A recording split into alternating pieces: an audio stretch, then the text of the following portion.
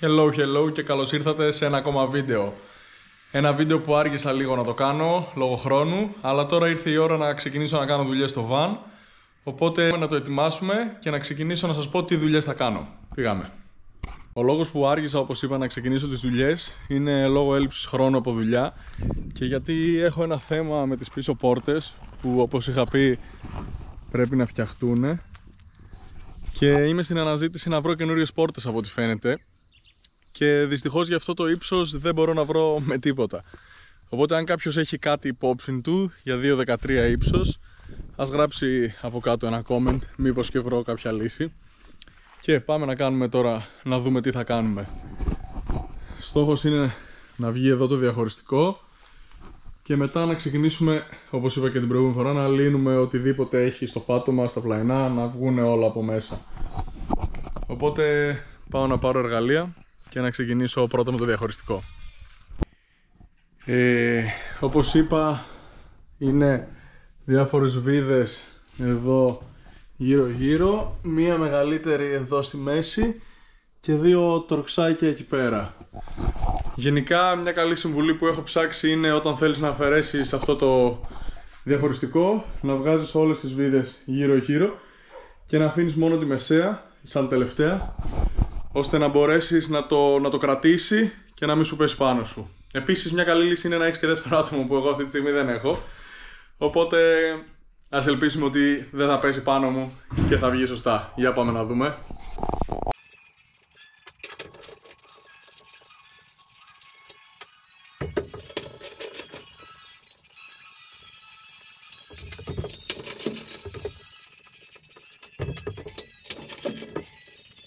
Λοιπόν, προφανώς και έχουμε ένα θεματάκι. Εδώ πέρα η βίδα έχει κλωτσίσει, οπότε δεν μπορεί να βγει με το Torx.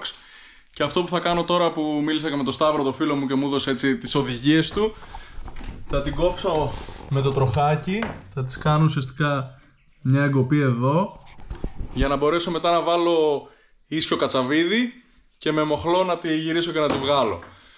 Ελπίζω ότι θα το καταφέρω, δεν το έχω ξανακάνει. Θα το βγάλω ένα βίντεο να υπάρχει και φύγαμε να δούμε τι θα καταφέρουμε.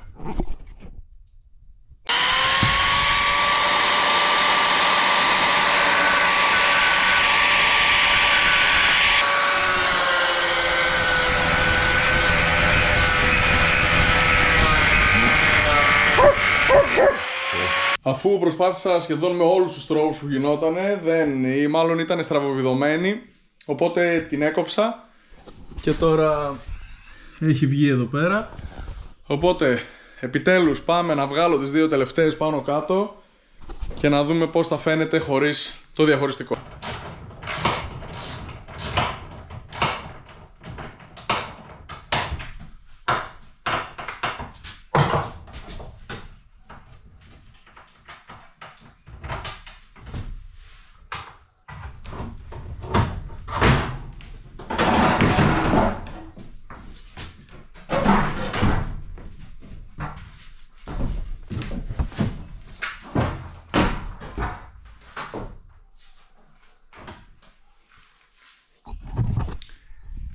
Και επιτέλους, αφού μου βγήκε η ψυχή, κατάφερα να βγάλω το διαχωριστικό. Και το έβριμα της ημέρας πίσω από το διαχωριστικό είναι αυτό εδώ το δίευρο, το οποίο είναι μπλε, μάλλον από την πάρα πολύ υγρασία. Δεν μπορώ να σκεφτώ κάτι άλλο γιατί να είναι έτσι οξυδωμένο, δεν ξέρω τι είναι. Λοιπόν, εδώ είναι πώς φαίνεται επιτέλους, που έχεις πλήρη πρόσβαση στα μπροστά καθίσματα. Εντάξει, έχει μεγαλώσει αυτή τη στιγμή, δηλαδή πήρε φως, πήρε χώρο, είναι αρκετά διαφορετικό. Και τώρα αυτό που μου μένει είναι να βγάλω όλα τα πλαϊνά, που από ό,τι είδα, προφανώς για να μου βγει και σε αυτό λίγο η ψυχή, έχει παντού πριτσίνια, οπότε όλα αυτά θα πρέπει να τρυπηθούν, να σπάσουν για να βγούνε. Άρα δεν ξέρω αν θα προλάβω σήμερα.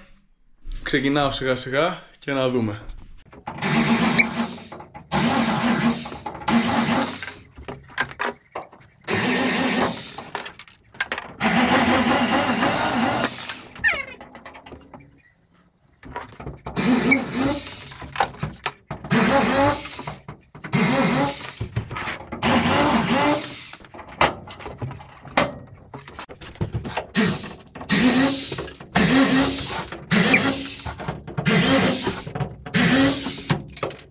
Θα προσπαθήσω να βγάλω το πάτωμα, οπότε θα βγάλω όλα τα βιδάκια που έχει εδώ με Torx και το γρά.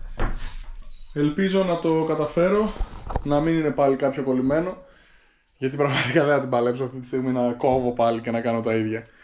Για φύγαμε. Λοιπόν, νύχτωσε έξω. Εγώ εδώ κατάφερα να βγάλω τελικά όλα τα πάνελ που είχε στους τοίχους, στα πλαϊνά.